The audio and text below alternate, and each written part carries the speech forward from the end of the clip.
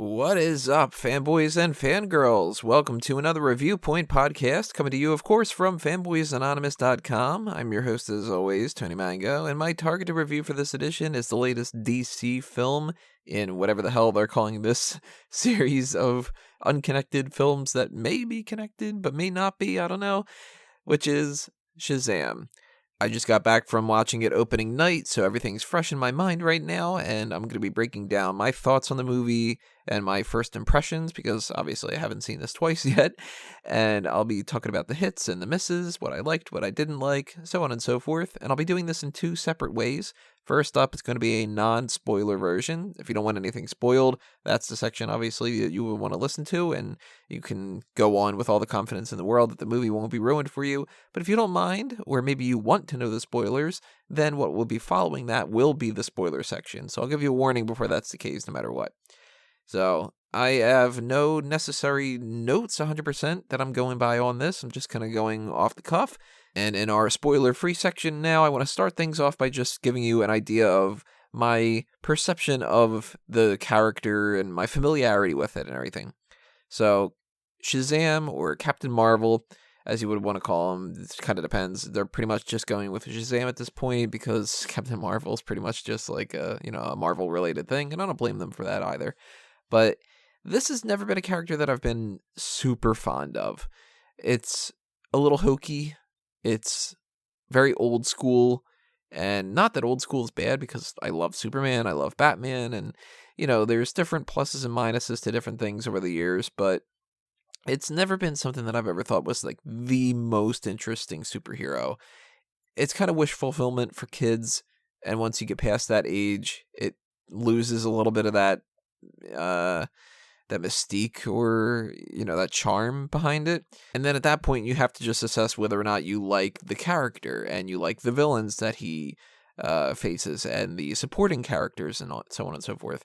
And I've never really found Billy Batson to be the best. Billy Batson to me, from the mediums that I've seen, and I haven't actually read a single Captain Marvel comic, actually picked up the paper and read one, or, the digital version of it or anything like that. I've never wanted to, but I've seen Captain Marvel or Shazam or whatever as a bit player or a utility player or something to play off of in things like Justice League. And to me, he's always kind of not as interesting as Superman, but can be kind of fun depending on what you do with him. Usually, I feel like The Flash is better as the comic relief for, a Justice League team, and Shazam is kind of the secondary comic relief. And sometimes people write Hal Jordan like that, and I don't know. I mean, I've got my problems with the Green Lanterns as well, too. I kind of want to combine all the Green Lanterns into one and have the positive things of Hal and John and Jessica and, all of them. Just merge them all into one character, and then it would be amazing. But Shazam is something that I have no attachment to, and I am familiar with some things, but it's not like Batman, where Batman, if somebody brings out Birthday Boy, I'm going to be like, oh my God, that's a reference to Birthday Boy or Calendar Man, or, with the Spider-Man series, if somebody were to drop a name like Smythe, I would know exactly that it's either Alistair or Spencer, or Mendel Strom is not a character that is completely lost on me because I know about Gaunt, and I'm not the most familiar. I can't tell you what the issue was and stuff, but I know a lot of these side characters in some of these other stories, and Superman's another one, and to a certain extent, some other kind of characters, Captain America, I know about the Serpent Society and so on, but Captain Marvel, Shazam, whatever, very outskirts kind of perspective from me. So I was familiar with some things enough to catch some references, and I was unfamiliar with some other things that maybe the changes that they made were not translating to me in a way that people that were real hardcore fans would either really, really love or really, really hate. So keep that in mind, too. If you're a big Shazam fan, and I'm sure that you've already seen the movie and you probably don't care about my opinion at this point, but if you're a huge fan of the character, then you may love or hate some things more than I did. And if you are completely unfamiliar with some things, then I think that maybe you might not get as much out of it. I got some positives out of some things that I knew in this movie, more so than some things that were just very generalized. My overall perspective of the movie is that it's okay. It's maybe a C+ on a grading scale. It was funny in some parts, and, I laughed out loud at some parts and stuff, but it took forever to get started, and a lot of things were very generalized and a little bland, and it kind of lacked, like, something to it that could have differentiated it from some other kind of superhero movies and stuff. And this felt very, that's a good way to put it. This felt very early superhero boom, as opposed to the era that we're in right now, where things are trying to say something. The Winter Soldier was like, let's do this theme of a movie and say something about, the Patriot Act. And you've got, like, the Dark Knight type movies, and you got even something like Infinity War isn't 100% trying to say anything with a political message. It kind of is, but, it doesn't, things don't need to have political messages. I'm not trying to get that point across. But when it seems like a movie like Shazam is kind of taking more along the lines of what Daredevil did, and by that I mean the movie as opposed to the TV show, then it's a little paint by numbers, sort of. And what's weird about that is it's paint by numbers, but it's paint by numbers with multiple different types of movies that some of which are trying to go and do stuff that's like lampshading. And by that I mean, like, for instance, they took inspiration for sure from things like Deadpool. And I don't know if Shazam is the character to really do that with. You can't do that with Batman, you can't do that with Superman, but at the same time, he's not supposed to be breaking the fourth wall 100%, and that's something that kind of bugged me a little bit, but I'll get more into that in more of the spoiler section. It was fine. It was good in some parts. It was bad in some parts. Ooh, that's really bad. Like, for instance, the CGI in this one section of the, some of the villains, really just not up to par. And acting-wise, everybody kind of did their part fine. There's no real standouts to me. I'll dive deeper into that in the spoiler part, but everybody kind of hit their marks well enough, and I don't feel like anybody's really going to be talking about this as like, wow, that person really made a name for themselves in this one, or whatever. Maybe one of them, maybe the little girl who plays Darla, but Zachary Levi was as good of a Shazam as I was hoping that we could have gotten. And that's really where the movie kind of like excels, is when he is hamming it up and he's playing into being a teenager that just found out that he's got superpowers and everything. Those are probably the best parts of the movie. And it takes about what felt like 45 minutes to get to that part.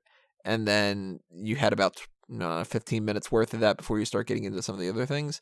You get a little bit of stuff peppered in here and there, but I feel like we needed a little bit more of that. So, this, I don't know, this isn't really so much spoilery, but I feel like this needed less of Savannah and more of the family and more of the Marvel approach, sort of, where Marvel, and it's not a flawless thing, it's not something that should apply to everything, but I think that it works for the most part, which is Marvel spends more time on the superhero and less time on the villain, and that makes for weaker villains, but it makes for stronger superheroes. And with this one, I felt like they spent a little bit too much time on the villain, not enough time on the supporting characters for some of them, like the Wizard, for instance, to be able to build up enough that I would want to see another one of these movies. So, ultimately, and again, I'm going to dive into more specifics, but ultimately, do I think it's a hit or a miss?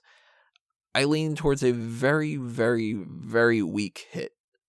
So, that is my spoiler-free section, and if you don't want to know about all the things that are going to be dissected and, minutia and all that other kind of stuff, then, going forward, that's what it's going to be. So, warning, warning, warning, there's your red alert. From now on, we're going into spoiler territory. So let's dive a little bit deeper here. Let's go with the titular character, Shazam, Billy Batson, Captain Marvel. They never refer to Captain Marvel at all in the movie, which I think is a little bit of a miss, because, for a movie that has this tone that is kind of breaking the fourth wall a little bit here and there. They really should have had some kind of a joke that said, they do a whole thing with the movie, and this is something that this is a positive, and it's a little bit of a negative too, but they don't give him a name, and they're trying to figure out a name, and he's Captain Sparklefingers, and he's Captain Thunder, I think is what they had referred to, which is, if they did, then that's a reference to the comics as well, and Major Electricity or whatever like that, or was it Maximum Velocity or whatever, and you could call me Max. Like that stuff was kind of fun. It was also a little bit silly at some parts because, I mean, I kind of would have liked to have seen some kind of an actual superhero name, but that's kind of difficult because maybe they can't actually have him say Captain Marvel. I don't really know. But they could have done some kind of a joke about that and been like, what about, I don't know, Captain something? Captain, like, what about Marvel? And they would have been like, I don't know, it's probably like Taken, or, like they've done jokes like that in other movies, so maybe I guess they don't really need it. But that is something that I think that they would probably have to kind of address if they do a separate movie, because now we've got, he can't say my name is Shazam, and the kids can't do that either because, spoiler alert again, spoiler section, the kids all get their superpowers. So, yeah, just one of those things. Kind of a hit, kind of a miss. But Zachary Levi, he is great in the part, and I think that he's a major hit. The kid who plays the younger Billy, Asher Angel, I think it's Asher, he is fine. He is not the strongest point, but at the same time, no real complaints. The kid who plays Freddie Freeman, he is quite good. He is a hit for sure. Freddie is, in many ways, kind of a different type of, he's sort of the straight man, but he's also kind of the comic relief. He kind of just plays off of the Billy character quite a bit and all that. So, Freddie's a hit. The rest of the family, let's go with the family. We've got Victor and Rosa Vasquez. Now, this is something that was confusing to me because from what my familiarity was, there was a character that I couldn't remember the name of, and it was just apparently Uncle Dudley. And I was familiar with him in the sense that there was some animated material like Young Justice, which had shown him and everything, and I thought that was his guardian. I didn't know about this whole foster home with multiple other people and all that. I had thought, based off of the older stuff, that there was just essentially Mary Marvel and Captain Marvel Jr. or Marvel Boy or whatever they call him. I think it's Captain Marvel Jr. And I was unfamiliar with, for instance, Pedro and Eugene and Darla, as well as Victor and Rosa, because I had thought that it was just Billy living with Uncle Dudley. No Uncle Dudley in the movie, as far as I can tell, but there's Darla Dudley, and that's her name. So I'm kind of curious what the whole deal is with that.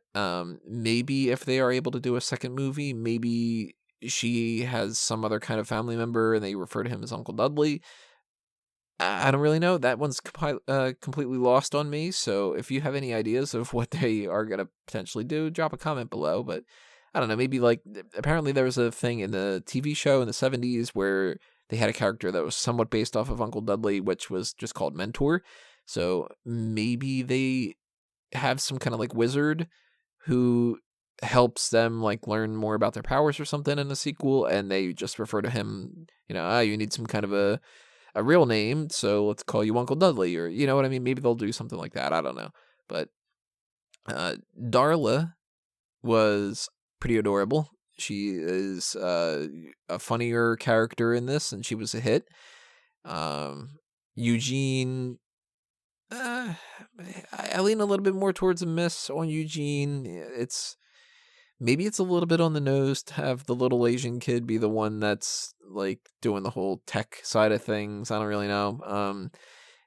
But he's just sort of kids these days with their Fortnites and their Minecrafts and those kind of, you know what I mean?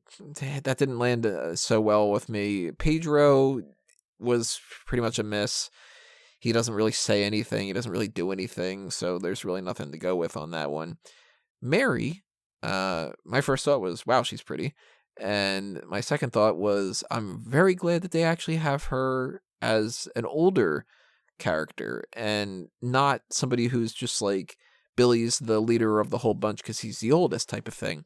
Having her be, I don't know, I guess kind of like the responsible one of the mix, that's a good counterpoint because you've got Freddy is, on the like the funnier kind of side, and Billy's on like the I wouldn't call him like a delinquent, but yeah, he's a delinquent. He fucks up that whole cop car and all that other kind of stuff. So yeah, he's like the bad one essentially, and Pedro's just sort of fucking there. Like he's not serving much purpose, and Eugene's got a little bit of a dark side to him, and Darla's like, the ADD kind of kid and whatever. So Mary being like the dead mother of the bunch, I like that quite a bit. So I liked Mary. She was a hit.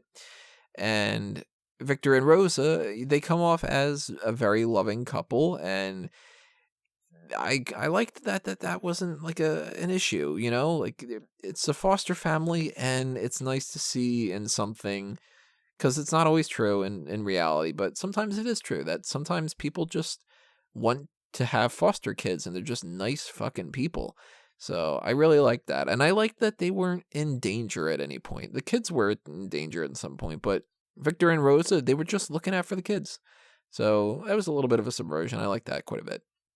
And I liked, some different parts of the movie where like Victor's putting up the Christmas tree and the light bulbs get all messed up, and he's like, oh, I was just putting a bulb on, and it's really because of the Shazam thing. Like that was kind of funny and stuff.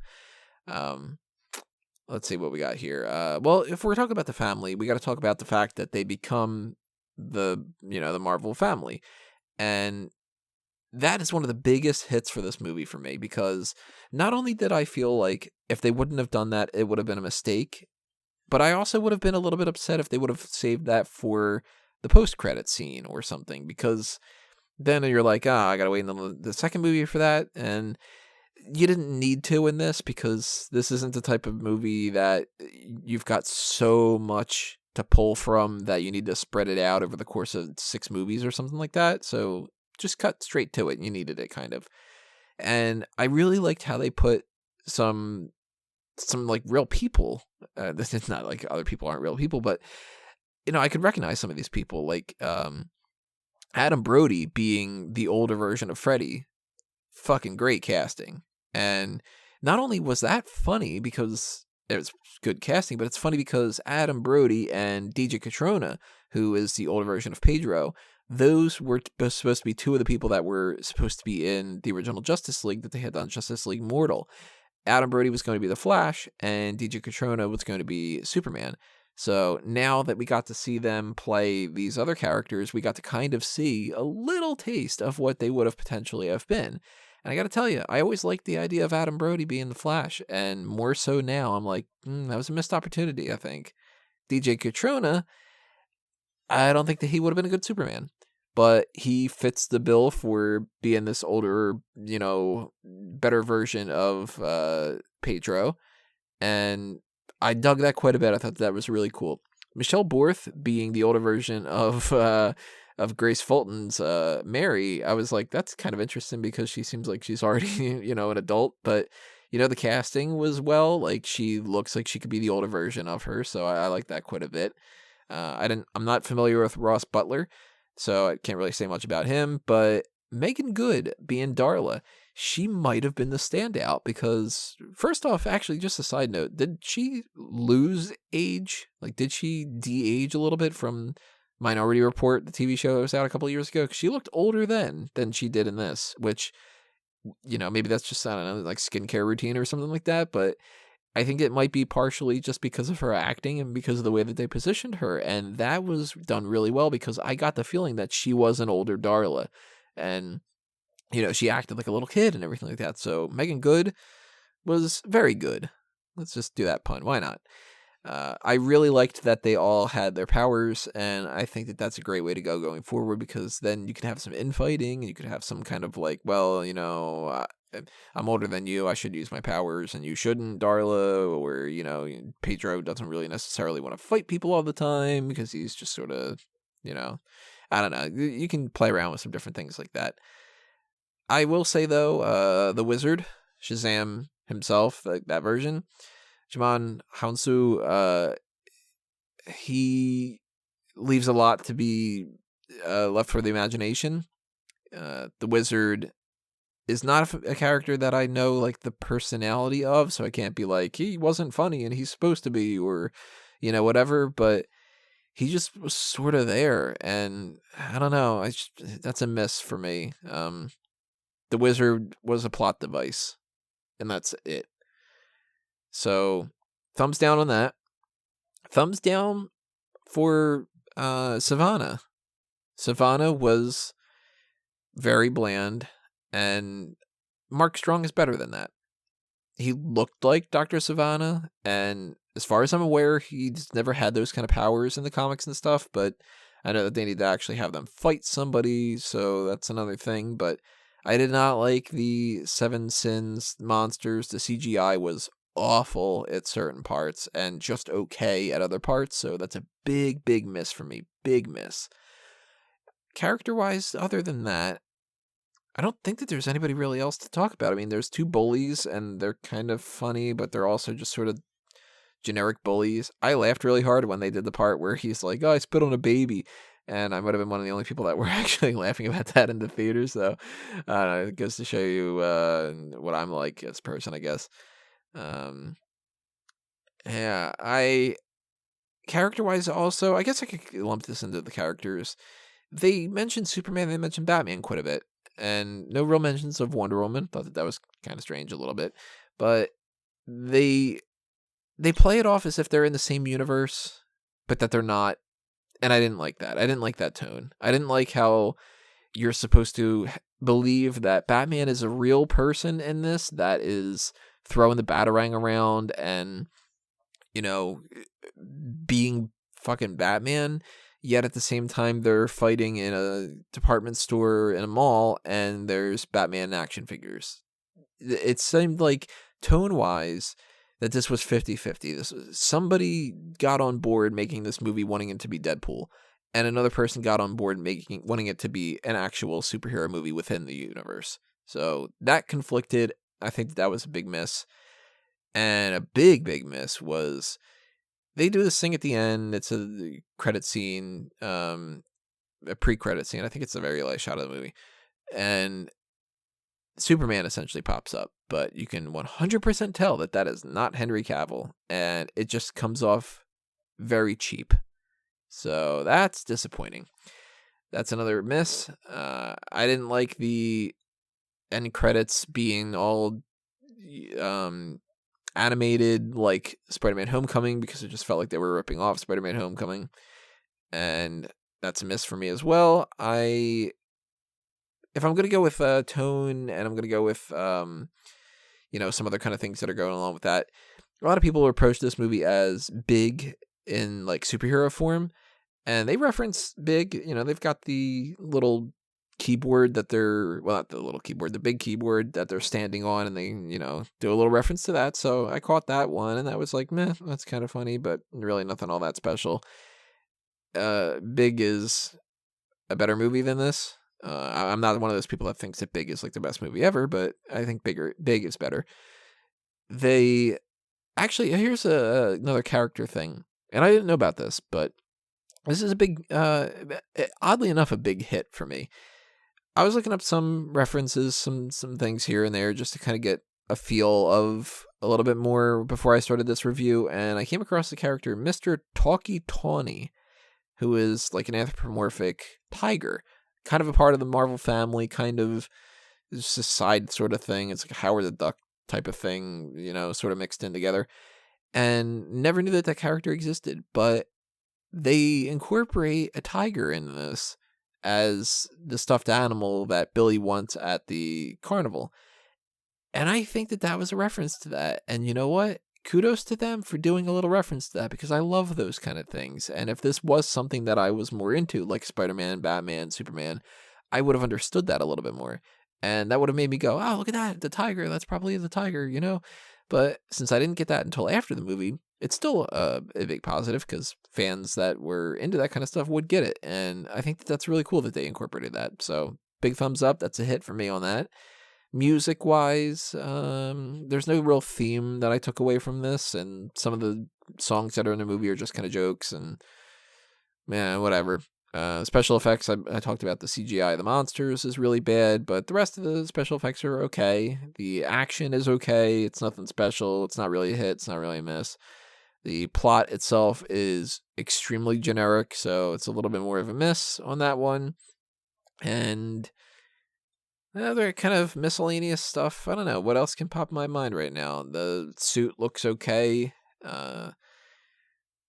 That's about it. That's popping in my mind right now. But my overall perspective of the movie, I think that it's fine and it's nothing special. It's something that if you have the time to go see and you've got something like an AMC A-list where you've pretty much already paid for your ticket, then go ahead and check it out. But if you have a lot more stuff to do and you don't really want to necessarily pay to see this in theaters, I don't blame you. Maybe check it out on Netflix or something like that. Or, well, they probably won't give it to Netflix now that they've got the DC Universe streaming platform. But, somewhere down the line, if you can check it out, a friend buys it or something, then watch it there. It's not a must-see movie for sure. And it's not bad. It's just all right. And that's about it. So I want to hear what you guys have to say about this movie. Drop your comments below and tell me what you think. Whether you agree or you disagree, just, chime in and fill me in on what your hits and misses were. And if you want to be aware of the next thing that's posted up on this channel, which I have no idea what it's going to be, then hit that subscribe button on the YouTube page and ring that little bell for the notifications. You could also follow me on Facebook and Twitter. Yeah, you can find the Facebook is .com/Fanboys Anonymous. The Twitter is .com/Fanboys Anon. Fanboys Anonymous has other kinds of content going up every week, just random stuff. Week in Geek is something I make sure I get up all the time, but maybe you want to check out 6 Flicks Picks. Maybe there's an extra little review. Like I just did the review for Justice League versus the Fatal 4 or the Fatal 5. That's what it was. Yeah. I'm thinking too much wrestling stuff. Fatal 4-Way is coming up. WrestleMania week. It's driving me crazy. But the content that's up on there, that'll come up at random. So, you subscribe to all these stuff, you'll figure that stuff out. And if you want to try to convince me to do some more stuff and motivate me on the monetary side of things, you can hit up the Patreon that I have for Fanboys Anonymous and donate towards those tiers that you can request certain special features and stuff. There's also a merchandise shop on both Redbubble and TeePublic if you want to pick up like t-shirts or clocks or, bags or stickers, whatever. There's a wide variety of stuff. And there's not just those, but there's a couple other things. A Mango Tees and Smart Out Moment have TeePublic and Redbubble shops.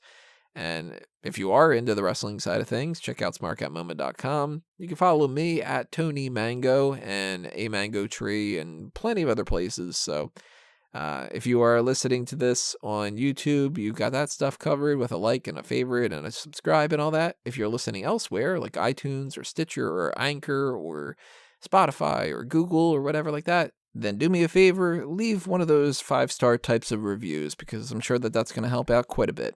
But that's going to do me in for now, everybody. Thanks for listening to this. Adios. It's time for me to geek out.